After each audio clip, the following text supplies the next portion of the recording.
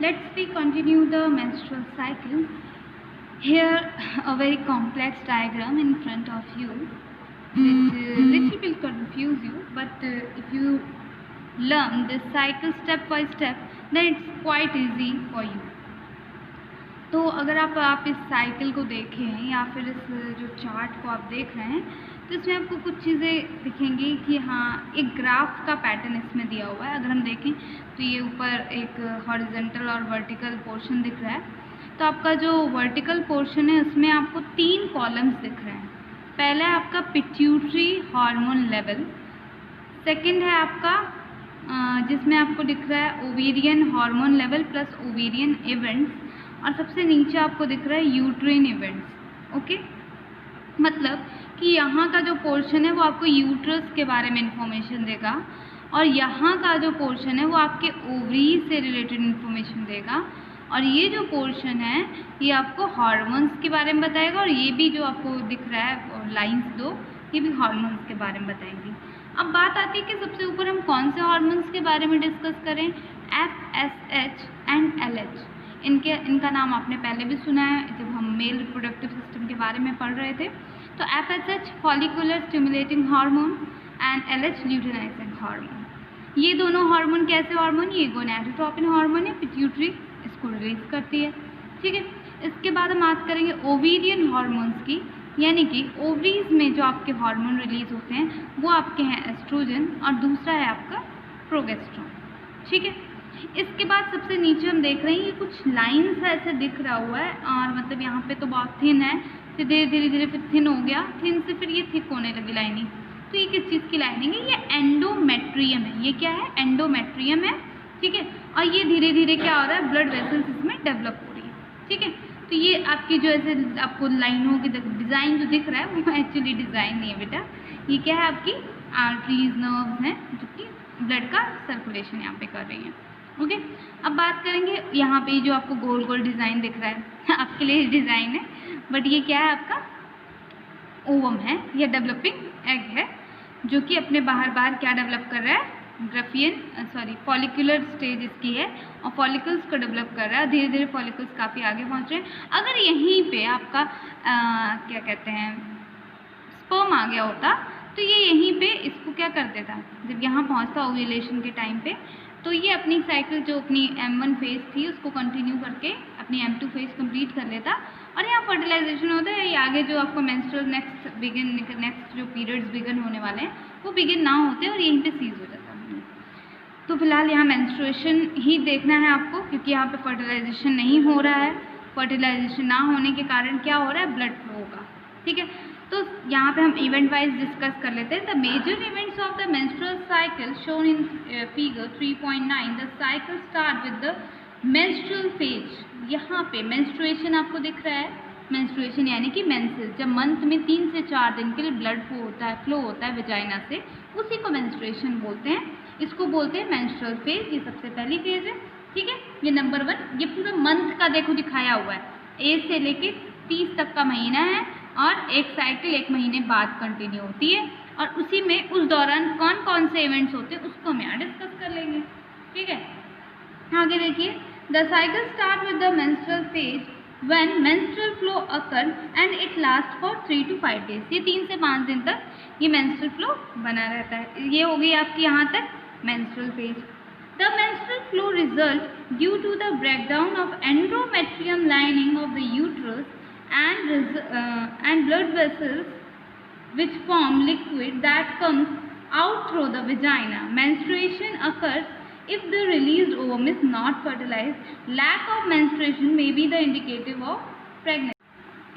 Menstruation में आपके होता क्या है, जो आपके बाहर की लाइनिंग होती है, यानी कि एंडोमेट्रियम की जो लाइनिंग होती है वो रिलीज होती है, और वो लाइनिंग ब्लड से बनी हुई होती है, और वो ब्लड क्या होता है, वेजाइना से रिलीज हो जाता है।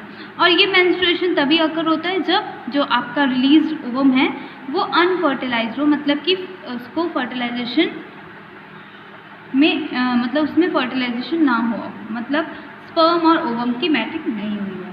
इसके बाद हम क्या करेंगे, इसके बाद आपका जो पॉइंट बताया कि अगर मेंस्ट्रुएशन नहीं आ रहा है कुछ दिन तक, मतलब आपका 1, 2, 4 दिन में तो दिक्कत नहीं होती, जैसे 1 तारीख डेट है तो उसके बाद 1 को अगर आ गया या 5 तक नहीं आया तो कोई इशू नहीं, अगर आगे नहीं आ रहा तो it's may be a sign of pregnancy का साइन हो सकता है if the copulation should occur in the month. It may be caused due to the some of the underlying causes like stress, poor health, etc. और हमेशा ये pregnancy भी नहीं हो सकती. अगर कॉपुलेशन हुआ है तो आप प्रेगनेंसी एक बार कंसीडर कर सकते हैं, और अगर कॉपुलेशन नहीं हुआ है तो उसके अलावा ये स्ट्रेस या फिर पुअर हेल्थ कंडीशन की वजह से भी हो सकता है. The menstrual phase is followed bye follicular phase. अब ये फेज जब आपकी ख़त्म होती है, ठीक है, ये फेज ख़त्म हुई, इसके बाद आपकी कौन सी फेज शुरू हो जाती है? फॉलिक्यूलर. फॉलिकल्स बनने लगते हैं. कहाँ बनते हैं फॉलिकल्स? फॉलिकुलर फेज शुरू हो जाती है. During this phase the primary follicle of the ovary grow to become a fully mature Graafian follicle, and simultaneously the endometrium of uterus degenerates through proliferation. These changes in the ovary and the uterus are induced by the changes in the level of pituitary and ovarian hormones. क्या होता है? आपकी जो ovum के बाहर जो lining होती है किसकी फॉलिकल्स की, वो धीरे धीरे कंटिन्यू करके ग्राफियन फॉलिकल्स को कम्प्लीटली डेवलप कर लेती है. इन चेंजेस की वजह से जो आपके ओवेरियन और पिट्यूटरी हार्मोन्स होते हैं वो धीरे धीरे क्या करने लगते हैं? सिक्रीशन को अपने इंक्रीज करते हैं. The secretion of gonadotropin GLH and FSH and LH increases gradually during the follicular phase, and the stimulate the follicular development as well as secretion of androgen by the growing follicles. क्या होता है? जब आपका FSH और LH का hormones का जो level increase होने लगता है तो क्या होता है? आपकी जो फॉलिकुलर फेज है वो और ज़्यादा स्टिमुलेट होती है. मतलब फॉलिकल्स देखो जैसे जैसे ये बढ़ता जा रहा है वैसे वैसे फॉलिकल्स और तेज़ी से बढ़ रहे हैं, ठीक है. इसी के साथ जो फॉलिकल्स होते हैं वो अपना एंड्रोजन को रिलीज करता है. आपको पता है कि फॉलिकल ही जो होती है वो ही एंड्रोजन को प्रोड्यूस करती है, ठीक है. Both LH and FSH attain the peak of the level. और जैसे ही पीक पे पहुंचते हैं, दोनों देखिए पीक पे पहुंच रहे हैं, तब क्या होता है? Its maximum level during the mid cycle called LH surge induces rupture of Graafian follicle thereby the release of ovulation. क्या होता है? जैसे ये पीक पे पहुंचता है तो ग्राफियन फॉलिक्यूल जो ये बनी हुई थी बाहर बड़ी वाली लेयर, ये रप्चर हो जाती है, और क्या होता है? इसके बाद आपका ओव्यूलेशन पीरियड इसको कहा जाता है. ये जैसे रप्चर होगी तैसे ये अपने ओवरी से रिलीज होगा और कहाँ आ जाएगा? आपके फैलोपियन ट्यूब में आ जाएगा, ठीक है. यहाँ तक का जो प्रोसीजर था ये ओवरी में हो रहा था आपका, अब ये आगे कहाँ जाएगा? आपके फैलोपियन ट्यूब में. इसके बाद the ovulation is followed by the luteal phase during which the remaining part of the Graafian follicle transform as the corpus luteum. अब इसका जो रिमेनिंग पार्ट इसमें था वो किस में कन्वर्ट हो गया? कॉर्पस लीटियम में कन्वर्ट हो गया. और एंडोमेट्रियम की लेयर देखिए धीरे धीरे यहाँ पे थिक होती जा रही है, ठीक है. The remaining part of the transform in the corpus. The corpus luteum secrete large amount of progesterone. अब ये जो corpus luteum है ये बहुत ज़्यादा अमाउंट में प्रोगेस्ट्रॉन हार्मोन रिलीज करती है. देखिए यहाँ पे जैसे ये बनना शुरू हुआ और इसका लेवल देखिए पीक पे जा रहा है, ठीक है. तो ये रिलीज करता है, ठीक है, which is essential for the maintenance of endometrium. अगर ये नहीं रिलीज होगा, ये हार्मोन नहीं रिलीज होगा तो आपका एंडोमेट्रियम, ये सारे पॉइंट्स बहुत ही माइन्यूटली आपको समझने हैं कि अगर ये हार्मोन रिलीज होगा तो क्या होगा. सारे हार्मोन्स के लिए आपको याद रखना है कि किस हार्मोन से क्या चीज़ रेगुलेट होती है, क्या चीज़ स्टिमुलेट होती है. तो जैसे ये हार्मोन बढ़ता है वैसे ही आपका जो ये एंडोमेट्रियम की लेयर है वो थिक होने लगती है, ठीक है. इसके अलावा such an endometrium is necessary for implantation of fertilized ovum and other events of the pregnancy. अगर एंडोमेट्रियम डेवलप नहीं होगा अच्छे से तो फर्टिलाइजेशन के बाद ये डेवलपिंग फीटस को न्यूट्रिशमेंट नहीं दे पाएगा. इसके साथ साथ इम्प्लांटेशन होने में भी प्रॉब्लम होगी अगर ये लेयर नहीं होगी तो. During pregnancy all the events the menstrual cycle stop, there is no menstruation. जब आपकी इवेंट्स जब फर्टिलाइजेशन हो जाता है तो आपके जो ये सब इवेंट्स हैं ये सारे एकदम गायब हो जाते हैं. बस आगे आपका जो फीटस का डेवलपमेंट होता है वही चलता है, बस ये एंडोमेट्रियम लेयर डेवलप होती रहती है, okay. In the absence of fertilization the corpus luteum degenerate, अगर फर्टिलाइजेशन नहीं है तो ये धीरे धीरे क्या होने लगती है, डिजनरेट करने लगती है, ठीक है। Marking the endometrium leading to the menstruation.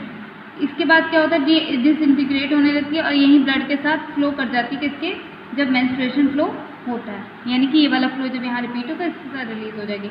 In the human being menstrual cycle ceases around 50 years of the age, 50 साल की उम्र में जब वुमेन 50 साल की हो जाती है तब तक ये क्या हो जाती है, सीज हो जाती है, मतलब खत्म हो जाती है मेंस्ट्रुअल साइकिल।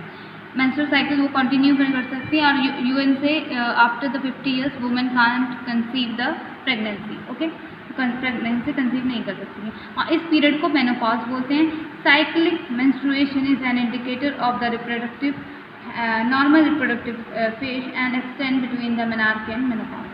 और एक अच्छी मेंस्ट्रुअल फेज जो होती है वो सिंबल होती है एक अच्छी रिप्रोडक्टिव हेल्थ की। अगर मेंस्ट्रुअल साइकिल लड़कियों में एकदम कंटिन्यू है, सही से है, डेट टू डेट अपनी मेंस्ट्रुअल साइकिल कंटिन्यू है, बहुत ज़्यादा क्रैम्प्स नहीं है, नॉर्मल हेल्थ है, तो ये अच्छा साइन है एक रिप्रोडक्टिव हेल्थ का, मतलब रिप्रोडक्शन करने में उन्हें आगे कोई दिक्कत नहीं होगी। और ये जो फेज है ये आपकी मेनार्की से और मेनोपॉज के बीच में होती है। Thank you. इसके बाद हम कल इम्प्लांटेशन और फर्टिलाइजेशन कंटिन्यू करेंगे।